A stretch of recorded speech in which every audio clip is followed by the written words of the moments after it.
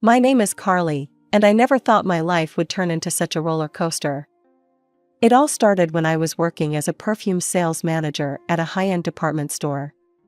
One day, a tall, handsome guy walked into the store.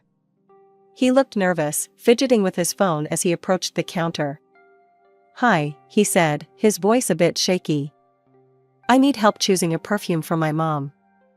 I couldn't help but find his concern for his mother endearing. "Don't worry," I reassured him. "We'll find something perfect. Let's start with some popular choices." As we sampled different fragrances, I learned his name was Michael. He was 28, worked for his family's construction company, and lived nearby. We chatted easily, and I found myself drawn to his warm brown eyes and shy smile. After nearly an hour, we finally settled on an elegant floral scent. As I wrapped up the bottle, Michael hesitated. Carly?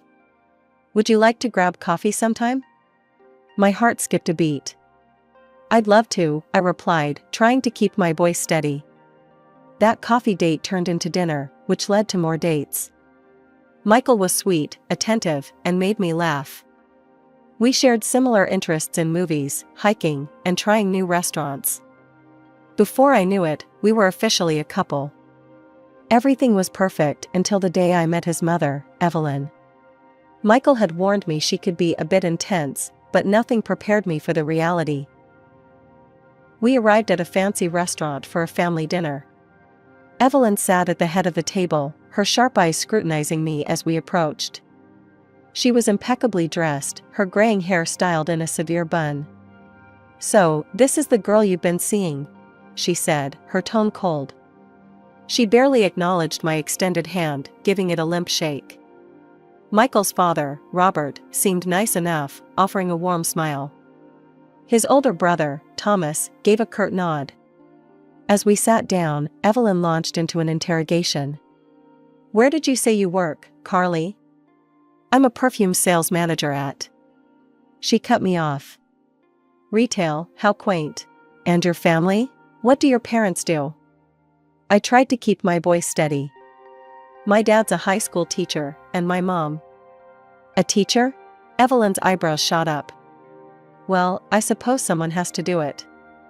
The dinner continued in this vein, with Evelyn making thinly veiled insults and dismissive comments.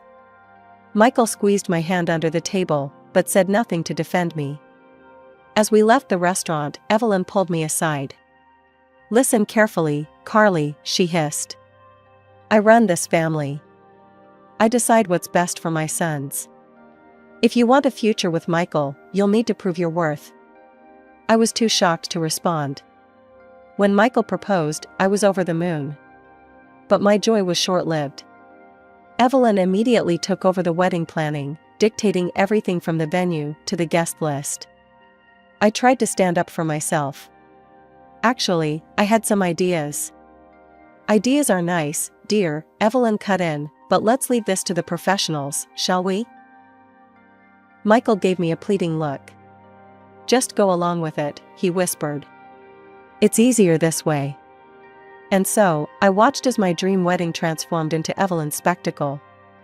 I told myself it was just one day, that things would be different once we were married and living on our own. The first few months of marriage were a whirlwind. Michael and I moved into a small apartment, and I reveled in the joy of setting up our own space. But even as we unpacked boxes and arranged furniture, Evelyn's presence loomed large. She'd drop by unannounced, often when Michael was at work. "Just checking in," she'd say, her eyes scanning our home critically. "Oh dear, is this how you've arranged the living room? Let me show you a better way." I'd grit my teeth and smile, reminding myself that she was just trying to help. But her help felt more like an invasion. One evening, as Michael and I were having dinner, my phone rang.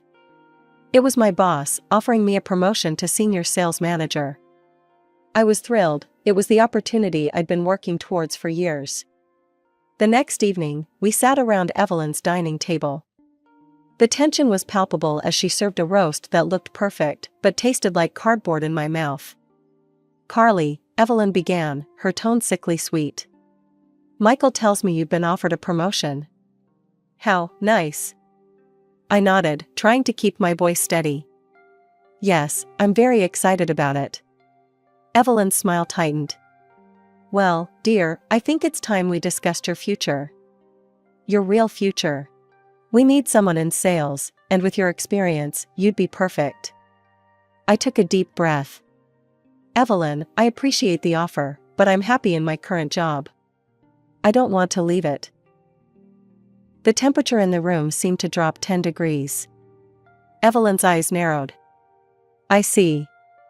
So, you don't consider yourself part of this family then? I felt my temper rising. With all due respect, Evelyn, you don't get to decide what's best for my marriage or my career. Evelyn stood up abruptly, her chair scraping against the floor. I think you need to reconsider your priorities, young lady. Michael, talk some sense into your wife. As she stormed out of the room, I turned to Michael, expecting support. Instead, he looked torn. Carly, maybe we should think about this. Mom knows what she's doing. The drive home was silent, filled with unspoken words and growing resentment. As I lay in bed that night, staring at the ceiling, I realized that my battle wasn't just with Evelyn. It was with the entire dynamic of this family I had married into. The tension in our home grew thicker with each passing day. One Sunday afternoon, we were all gathered at Evelyn's for a barbecue. I was in the kitchen, helping to prepare salads, when Evelyn's voice carried from the patio. It's such a shame, she was saying loudly. I remember Thomas's ex-wife. She was just as ungrateful as Carly. But I showed her the door. I kicked her out of this family myself. I felt my cheeks burn. Thomas, Michael's older brother, shifted uncomfortably. Mom, please, he muttered. But Evelyn was on a roll. I'm just saying, a woman should know her place. Isn't that right, Robert? Robert, Michael's father, just grunted noncommittally. I'd noticed he rarely spoke up against his wife. I couldn't take it anymore. I marched out to the patio, salad bowl in hand. Evelyn, I said, my voice shaking slightly. If you have something to say to me, why don't you say it to my face? The backyard fell silent. Evelyn's eyes narrowed. Fine. You want to know what I think? I think you're not good enough for this family. You're stubborn, you're disrespectful, and you're pulling Michael away from his responsibilities. I felt like I'd been slapped. Responsibilities? You mean being your puppet? Carly, Michael pleaded. Please, let's not do this here. I whirled on him. And you? When are you going to stand up to her? When are you going to be a husband instead of a mama's boy? The moment the words left my mouth, I knew I'd crossed a line. Michael's face crumpled, and Evelyn looked triumphant. You see, she crowed. This is who you really are. A spiteful, ungrateful girl who doesn't appreciate what she has.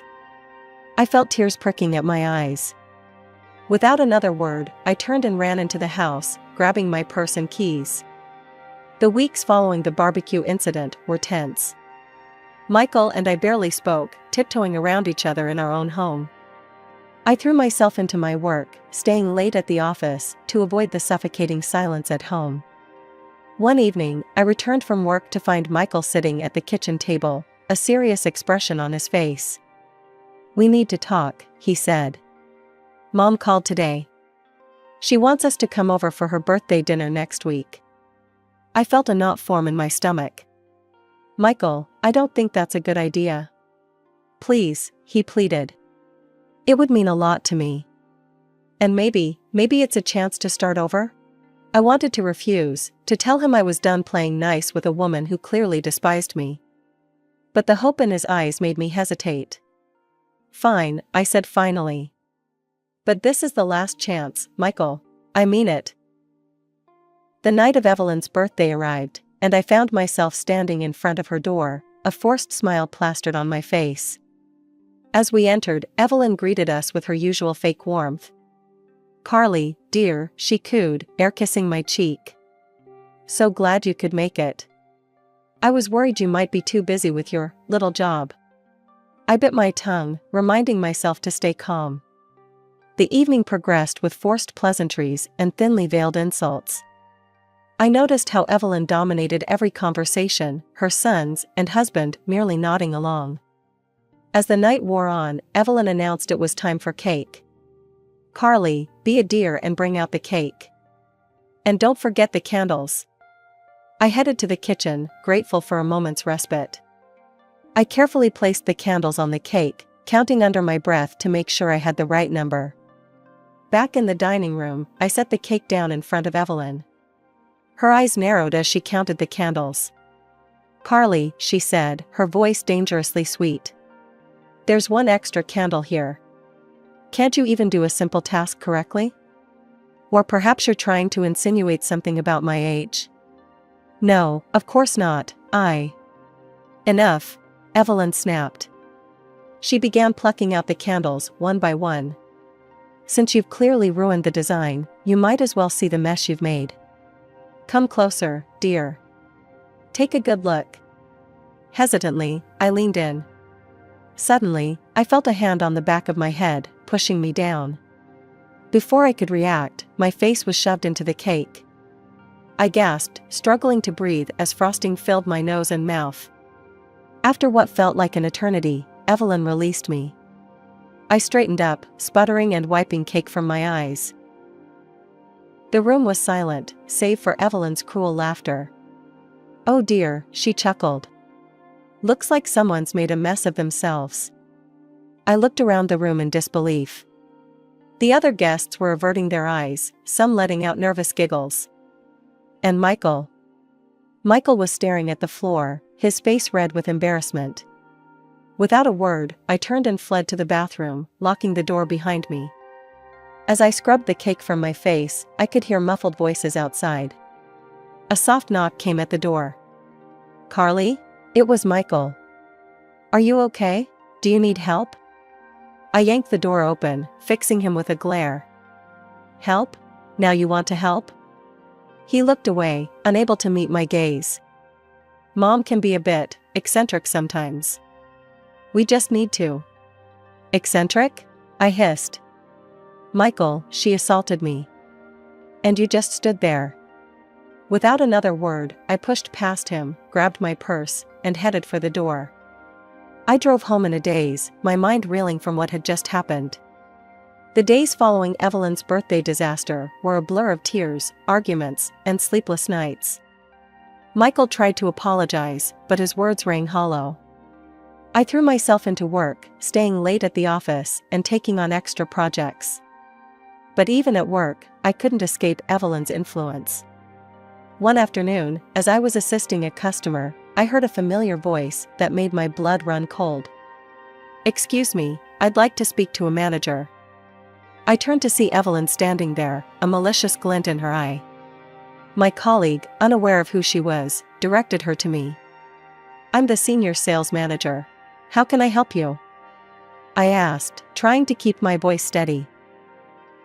Evelyn's lips curled into a cruel smile. "I have a complaint about the perfume I purchased here last week. The problem is that this perfume smells like cheap chemicals. And when I tried to return it, your staff was incredibly rude to me." I knew she was lying.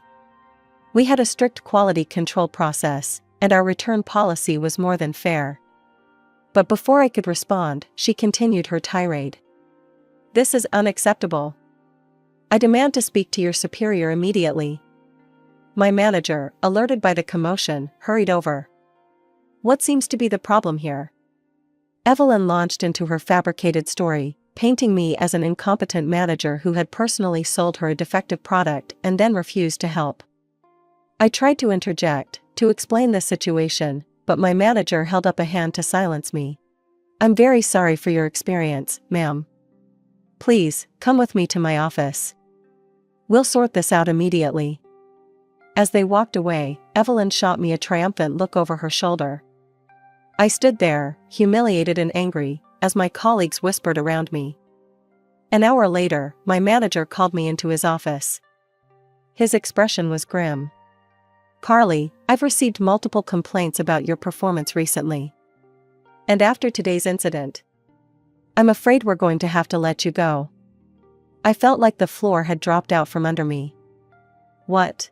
But those complaints, they're not real. It's my mother-in-law, she's trying to. He held up a hand. Carly, please. I understand you're going through some personal issues, but we can't have them affecting your work like this. I'm sorry, but my decision is final. I left the office in a daze, my personal belongings in a small box. I drove home, tears blurring my vision. When I arrived, Michael was waiting, his face etched with concern. Carly, what happened? Mom said. Your mother, I spat, just cost me my job. I recounted the events of the day, my voice rising with each word. And you want to know the worst part? She used our phone number to file those fake complaints. Our phone number, Michael. The one you gave her without even asking me. I locked myself in our bedroom, ignoring his pleas from the other side of the door. As I lay there, staring at the ceiling, I realized I was at a crossroads. I couldn't keep living like this, constantly under attack from Evelyn and unsupported by my own husband. The weeks following my job loss were some of the darkest I'd ever experienced. One evening, as I sat at our kitchen table, surrounded by job listings and unanswered applications, my phone buzzed. It was a text from an unknown number. I hear you're looking for work. Maybe it's time to reconsider my offer. Evelyn. I stared at the screen in disbelief. How had she gotten my new number? I'd changed it specifically to avoid her. As if on cue, Michael walked in. I held up my phone. Did you give your mother my new number? His hesitation was all the answer I needed. Look, maybe we should consider her offer. It's for us. For our future. I stood up abruptly, my chair scraping against the floor. Our future? Michael, there won't be a future if this keeps up. If something doesn't change, and soon, I don't know if I can stay in this marriage. The silence that followed was deafening. Michael looked stunned, as if he couldn't quite process what I'd said. Finally, he spoke, his voice barely above a whisper. I'll talk to her. I promise. Just, give me some time. I wanted to believe him, but I'd heard similar promises before. Still, what choice did I have? I nodded, not trusting myself to speak. The next day, I decided to take matters into my own hands. I couldn't wait for Michael to stand up to his mother. I needed to find a job, to regain some semblance of independence. I reached out to an old colleague who had started her own online perfume business. She was sympathetic to my situation and offered me a position as an online consultant. The pay wasn't great, but it was something, a lifeline in the storm. But Evelyn wasn't done with me yet. As Christmas approached, the annual family gathering loomed on the horizon. I dreaded it, knowing it would be another opportunity for Evelyn to belittle and humiliate me. The night before the gathering, Michael and I had another argument. He wanted me to make more of an effort with his mother, to try to understand her perspective. I couldn't believe what I was hearing. Her perspective? I sputtered. Michael, her perspective is that I'm not good enough for this family, that I should quit my job and become her puppet. How am I supposed to understand that? He looked away, unable to meet my eyes. She's just set in her ways. If we could just... No, I cut him off. I'm done trying. If you won't stand up for me, for us, then I'll have to do it myself. As I lay in bed that night, staring at the ceiling, I made a decision. Tomorrow, at the Christmas gathering, I would confront Evelyn once and for all. I was tired of being a victim, of letting her control my life. Christmas morning arrived, and with it, a sense of foreboding. We arrived to find Evelyn's house already bustling with activity. As we moved into the living room, I could feel Evelyn's eyes on me, assessing and judging. The rest of the family was already there, Robert, Thomas, and various aunts, uncles, and cousins. The afternoon progressed with forced pleasantries and thinly veiled insults. Evelyn, as usual, held court, dominating every conversation. I noticed how she kept bringing up the topic of children, her eyes darting to me each time. Finally, during dinner, she addressed me directly. Carly, dear, she said, her voice dripping with false concern, I couldn't help but notice you're not drinking. Any special reason? I felt my cheeks flush as all eyes turned to me. No, Evelyn. I'm just not in the mood for alcohol. Her eyes narrowed.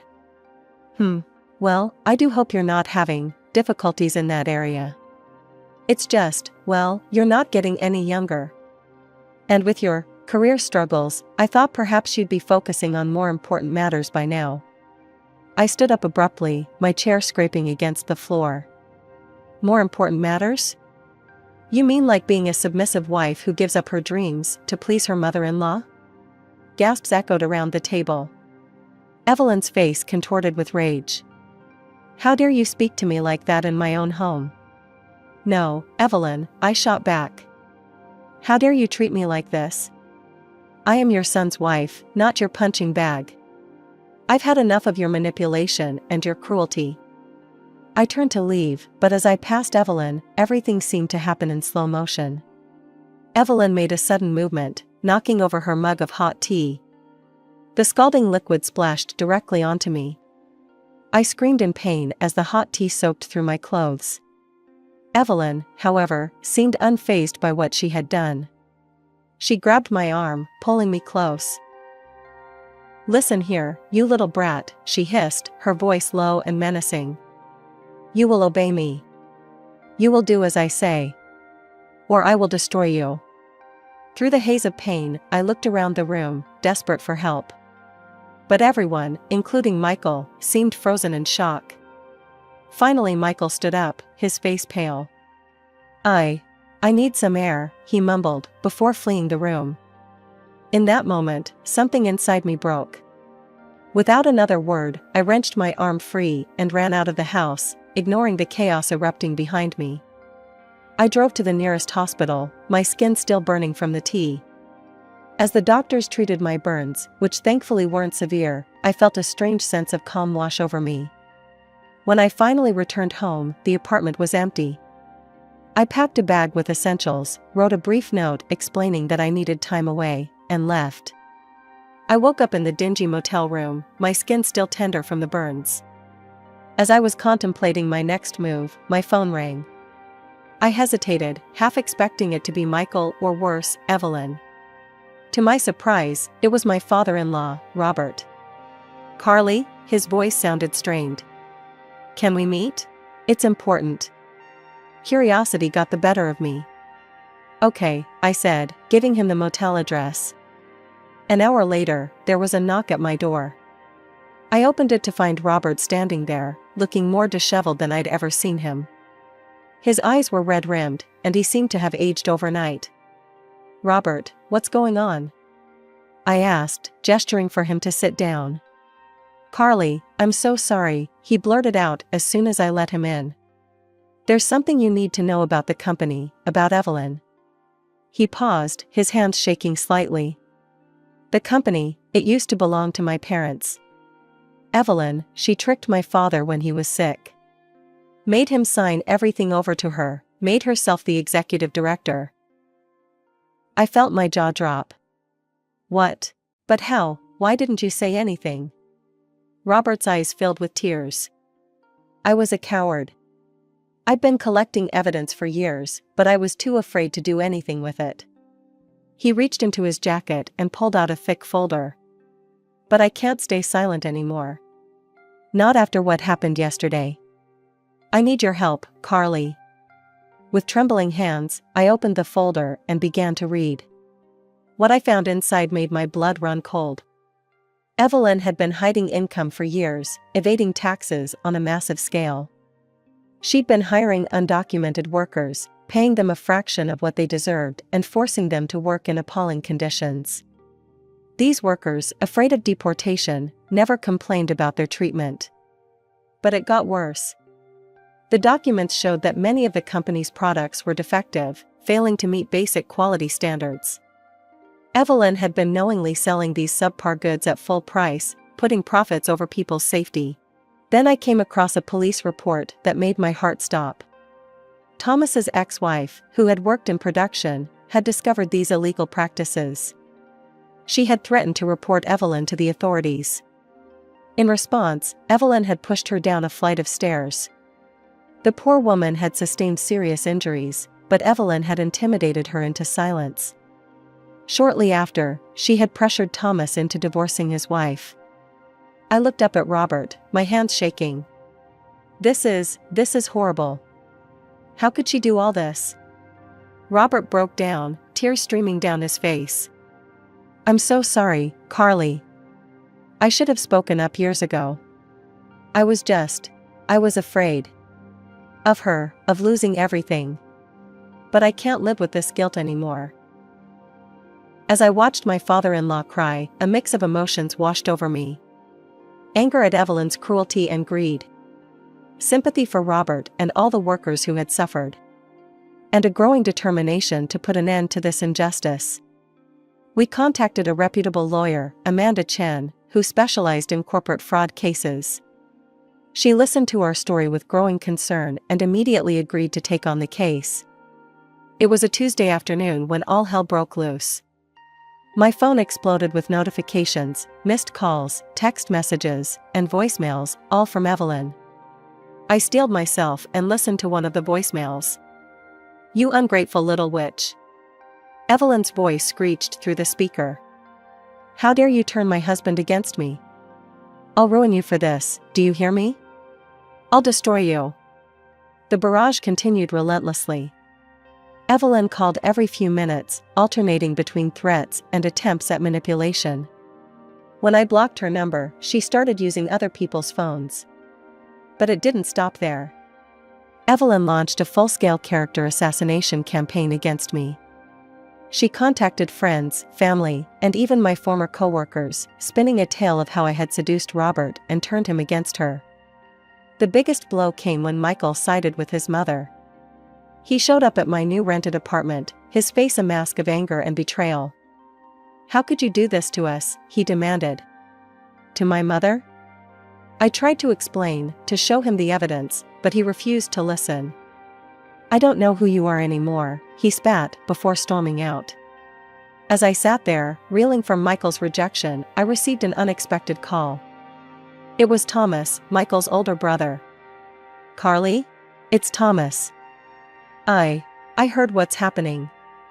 I want you to know, I believe you. And I want to help."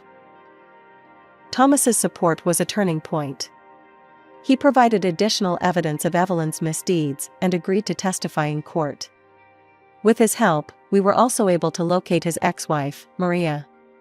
Maria's testimony was damning. She recounted in detail the incident where Evelyn had pushed her down the stairs, as well as the subsequent threats and intimidation. As the trial date approached, Amanda worked tirelessly. She tracked down several of the undocumented workers Evelyn had exploited. Despite their fear, many agreed to testify, their stories painting a horrifying picture of abuse and exploitation. The trial was grueling.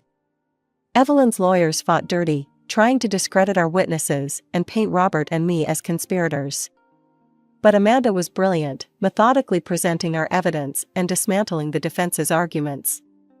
The turning point came when Amanda presented the evidence of how Evelyn had manipulated Robert's father into signing over the company. The judge listened intently as Amanda argued for the annulment of the will. After what felt like an eternity, the judge made her ruling. The will was annulled, and ownership of the company was returned to Robert. Furthermore, the judge ordered a full investigation into the company's practices and Evelyn's personal finances. As the gavel fell, I felt a wave of relief wash over me. Robert broke down in tears beside me, while Evelyn's shrieks of outrage echoed through the courtroom. The aftermath of the trial brought sweeping changes to everyone involved. As soon as Robert took control of the company, Michael, true to his mother's influence, resigned from his position. He cut off all communication with his father, unable to forgive what he saw as a betrayal of his mother. Robert found unexpected support in Thomas. The father and eldest son, both having experienced Evelyn's manipulation firsthand, formed a strong partnership. Together, they began the arduous task of restructuring the company, determined to run it ethically and efficiently. The legal proceedings didn't end with the trial. Robert filed for divorce, a process that was surprisingly quick given Evelyn's fall from grace. In the settlement, he left her the house they had shared for decades. It was a generous gesture, considering everything that had happened. The court ordered a thorough audit of the company's finances, and the results were staggering. Years of creative accounting and tax evasion came to light. Evelyn was hit with a massive fine and ordered to pay $500,000 in back taxes. The house Robert had left her became her only asset, and she was forced to sell it to settle her debts with the tax authorities. Meanwhile, my own marriage had crumbled beyond repair. Michael's unwavering loyalty to his mother, even in the face of overwhelming evidence of her misdeeds, was something I couldn't comprehend or accept. We filed for divorce, and I felt a mixture of sadness and relief as I signed the papers. As I contemplated my next steps, Robert approached me with an unexpected offer. "Carly," he said, his voice warm with gratitude, "I know you've been through hell because of our family. But I want you to know that I consider you family still. We're rebuilding the sales department, and I'd like you to be a part of it. What do you say?" I was touched by his offer and, after some consideration, I accepted. Months passed, and slowly but surely, I found my footing. I learned to navigate the intricacies of the construction business, mastering the art of selling everything from lumber to specialized tools. My experience in luxury retail, surprisingly, proved valuable in dealing with high-end clients and custom projects. It was on a routine shopping trip that I had an unexpected encounter. As I turned down the cereal aisle, I froze. There, just a few feet away, stood Michael and Evelyn. They looked haggard, a far cry from the polished appearance they once maintained. Evelyn's voice, shrill and angry, carried clearly. "You weak-willed idiot," she berated Michael. "Can't you do anything right? I asked for the bran flakes, not this sugary garbage." Michael, his shoulders slumped, muttered an apology and reached for another box. I felt a pang of pity, seeing how their toxic relationship had endured and seemingly worsened. For a moment, I considered approaching them. But as I watched their dysfunctional interaction, I realized I had nothing to say. Instead, I quietly turned my cart around and left the store, leaving my shopping unfinished.